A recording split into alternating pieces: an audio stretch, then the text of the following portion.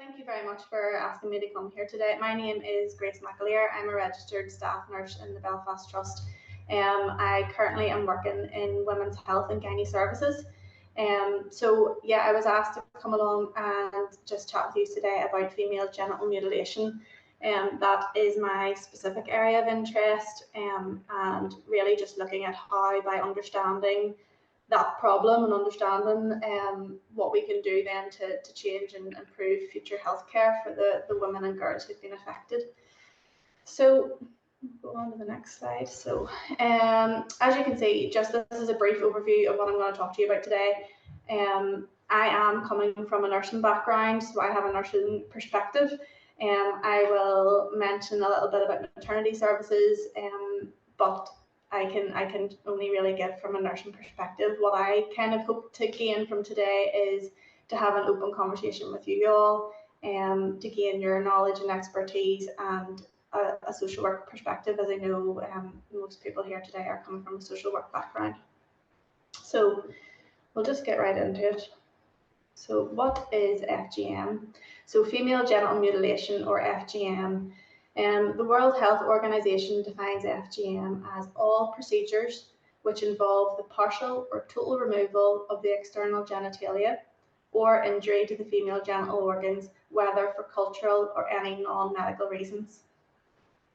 So how is FGM carried out? Traditionally, FGM is performed by a cutter in a community. They would have no medical training, there is no anaesthetic, and in most cases the girl is restrained by a family member or others from the community, and they would be cut using a piece of glass, a knife, a razor blade, any type of sharp object. That is the traditional picture, but unfortunately there has been an increased move towards the medicalisation of FGM in a number of countries, where doctors and medical staff in hospitals and in hospital environments are performing FGM under local and general anaesthetic. Places like Egypt, Nigeria and Kenya are probably the ones that we've noticed have a higher prevalence of this. So types of FGM. As you can see on the screen there, I have the 4 types that are up, that are documented types. And when we're thinking about the types of FGM, it's really important to think about the function of the body part that's being removed. So type 1, as you can see there, is clitoridectomy. So that is partial or total removal of the clitoris and the clitoral hood. Type 2 is excision. So that would be partial or total removal of the clitoris and the inner labia minora, with or without removal of the labia majora. Type 3 is infibulation. So this is where they would remove the labial lips and stitch the area to a very narrow vaginal opening. This type can also involve total or partial removal of the clitoris as well. As you can imagine, this type 3 would affect the ability to pass urine, to menstruate, for sexual intercourse and childbirth. This is case by case, and some women have partial or total closure. Type 4 is any other damage that could include piercing, burning, scraping or pricking of the area. FGM is typically carried out on young girls anytime between infancy and 15 years of age, but that can vary significantly depending on the community that they're coming from. For example, in Yemen and Indonesia, it's typically within the first week after birth. Whereas Somalia, Egypt, it's usually between the ages of 5 and 15, about 9 years of age. So there are many immediate as well as long-term health consequences of FGM. So in the short term, you have infection, you have severe pain, bleeding, urinary problems, urinary retention, wound infections, and blood-borne viruses would also be a big thing. In the long term, then you've got like repeated urine infections, vaginal infections, difficulty with menstruation, infertility, cysts, fistulas, scar tissue, complications during childbirth, which can lead to the death of mother and baby. Mental health is an immediate and long-term consequence of FGM. The immediate psychological trauma can stem from not only from the pain and shock, but from the use of physical restraint during the procedure, where the girl is usually restrained by a loved one, a family member. In the long term, women can suffer from PTSD, post-traumatic stress disorder, flashbacks, anxiety, depression. It is really important as a healthcare professional, and this is something I preach about, that we are so aware of the medicalisation of FGM, which could really lead to the fear and distrust of healthcare staff when women are coming and attending with other issues. That barrier could be there when they're attending with other health concerns. So as you can see on the screen, there are a slide of justifications given for performing FGM, and it depends entirely on the community that the girl is coming from. In general, there is an underlying issue around gender-based violence. A massive part of FGM is about controlling a woman's sexuality. In some communities, it's believed that the girl would behave promiscuously. It is also viewed as a rite of passage or becoming a woman. In some communities, a girl would not be able to get married without having FGM, and she could be shunned from her family and from her community.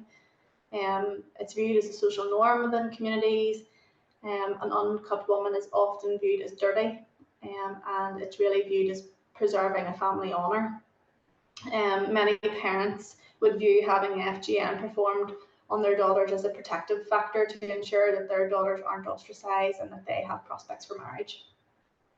Recently, I was looking up a charity that would advocate for gender-based violence, and they released information that in Indonesia there was a girls' primary school that FGM cutters had set up to perform FGM while the girls were at school, and they rationalised this by explaining to the girls that women who are cut make more delicious food than women who are uncut, and for these girls to have husbands and win the hearts of their husbands, they needed to know how to cook delicious food, which only a girl who's been cut can do. So that example really just links FGM to abuse linked to faith and belief. Although FGM isn't a religious practice, there's definitely a belief system in place as to why it's performed. However, there are no health benefits to FGM. It reflects a deeply rooted inequality and is an extreme form of discrimination against girls and women, and it is a violation of human rights. FGM has been illegal in the UK since 1985, but is now under the legislation of the FGM Act 2003 and the Serious Crime Act 2015. It is illegal in the Republic of Ireland, and they have their own legislative laws as well, all of which are in place to safeguard women and girls.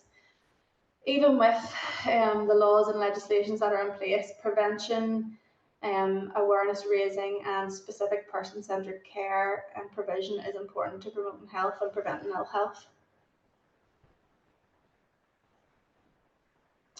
So, I'm sorry, I think I am on a different slide. Sorry, I use this presentation for different ones, and I'm just chopping and changing the slides. So why is it important?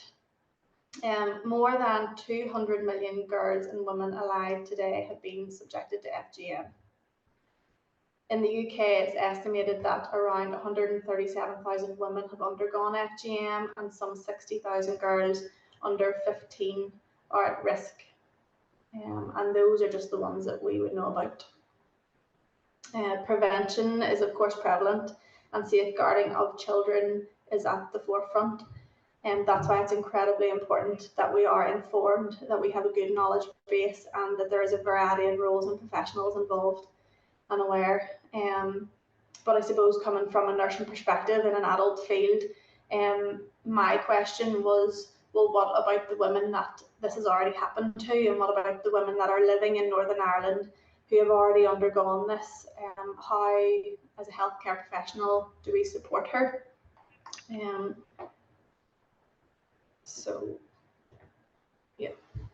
So Northern Ireland context then. So as you can see from the statistics on the slide, this is coming from the 2021 census, that the diversity in our population is nearly doubling in the last 10 years and is continuing to do so. to inquire about FGM services here, I was in contact with Gynae, obviously where I work, adult safeguarding, public health, maternity gun. But despite growing diversity, it's really difficult to find verified healthcare data for knowing and understanding the extent of people who are living with FGM in Northern Ireland and what their corresponding healthcare needs are. As it is a relatively hidden problem, and there are cultural sensitivities and legal implications. So a scoping study was undertaken by a team of researchers in the Ulster University, and that was to identify gaps in healthcare for FGM, women living with FGM in Northern Ireland. So the study highlighted similar issues that I had in obtaining information. This is added to because our laws are slightly different than England and Wales, but it found that healthcare providers were underinformed, that they knew what FGM was, and they knew that it was illegal, but they couldn't identify types and there was nowhere to signpost to. The study that was undertaken gave key recommendations for action. So specific FGM culturally sensitive training needed to go throughout the whole healthcare sector. And that there was a massive gap in service provision to be addressed for those women living with FGM, along with the strategic direction. So that study was taken 5 years ago. So through my own research in 2023 now, what I can ascertain is that there is 3 yearly mandatory training for midwives. There is training available for nurses, but it isn't mandatory for a nurse to attend. There are some services in place for pregnant women within maternity care, but there does not appear to be any structured service provision for non-pregnant women living with FGM in Northern Ireland. Coming from a nursing background, my point is that nurses partake in cervical screening, we insert urinary catheters, we need better education, cultural awareness, and healthcare options for these women. I'm just making sure my slides are following. So improving, how do we improve the healthcare for the future for Northern Ireland? So in September 2019, NHS England launched a pilot scheme to run 8 UK-wide FGM support clinics for both pregnant and non-pregnant women. Last October 2022, I travelled over to London and I visited the National FGM Centre. This is where I had specialised training in FGM, I had training in harmful practices, and also training in child abuse linked to faith and belief. While I was over there, I went to visit one of these 8 support clinics. So I'll just tell you a bit about the clinics and what they have to offer. So the clinic that I went to see was called the Sunflower Clinic. It is based in a gynae outpatients department in a local hospital in London. It is a specialised clinic for both pregnant and non-pregnant women. The clinic provides initial support, basic treatment, assessment, diagnosis, and a de-inflammation procedure, which is a reopening of type 3 just to expose the urethra and allow for menstruation and urination. That is done with local anaesthetic, and they also help women get their cervical smear screening. The clinic also provides safeguarding assessments, personal education about FGM and their bodies, and provides onward referrals to other healthcare services as needed. This includes psychological services, third sector support, specialist gynae and neurology services, and they can also refer outside pathways as well.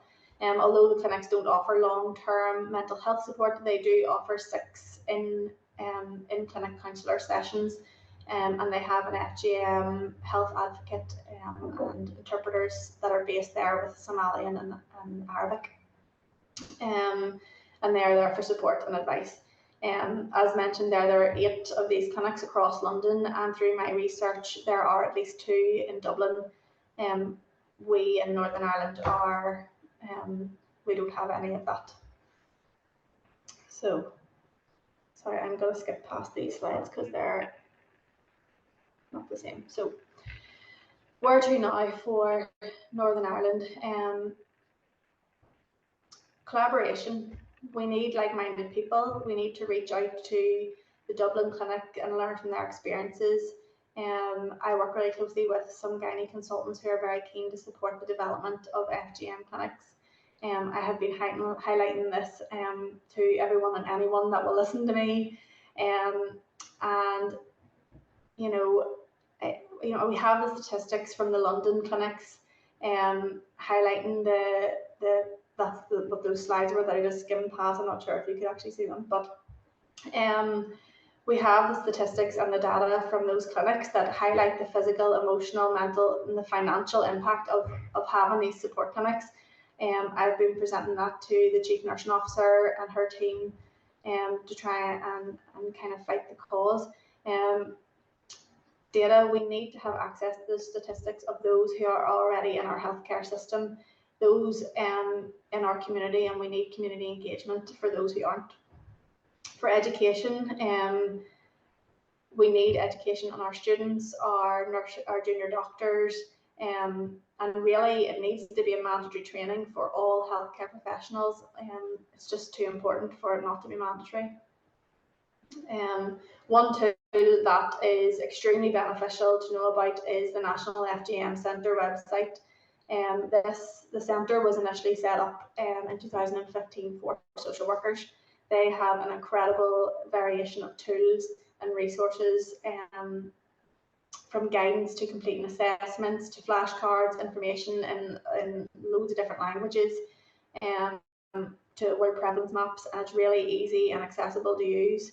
I know I've mentioned it today just in my own training, but there's a lot of information on their website regarding like harmful practices like early forced marriage and breast ironing, and then obviously you've got the abuse linked to faith and belief, which would be rituals and witchcraft.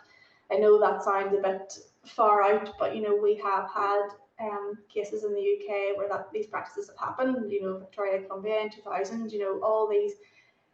We need to be informed. So if you're interested and you want to know more, you want to increase your own knowledge, it's a really great resource. There are specific tools for social workers as well. If I can help signpost you in the direction, I'm happy to do so. I think I've just talked my way through so quickly there without taking a break. That is my presentation. If anybody has any questions, my information is on the screen if you want to contact me privately.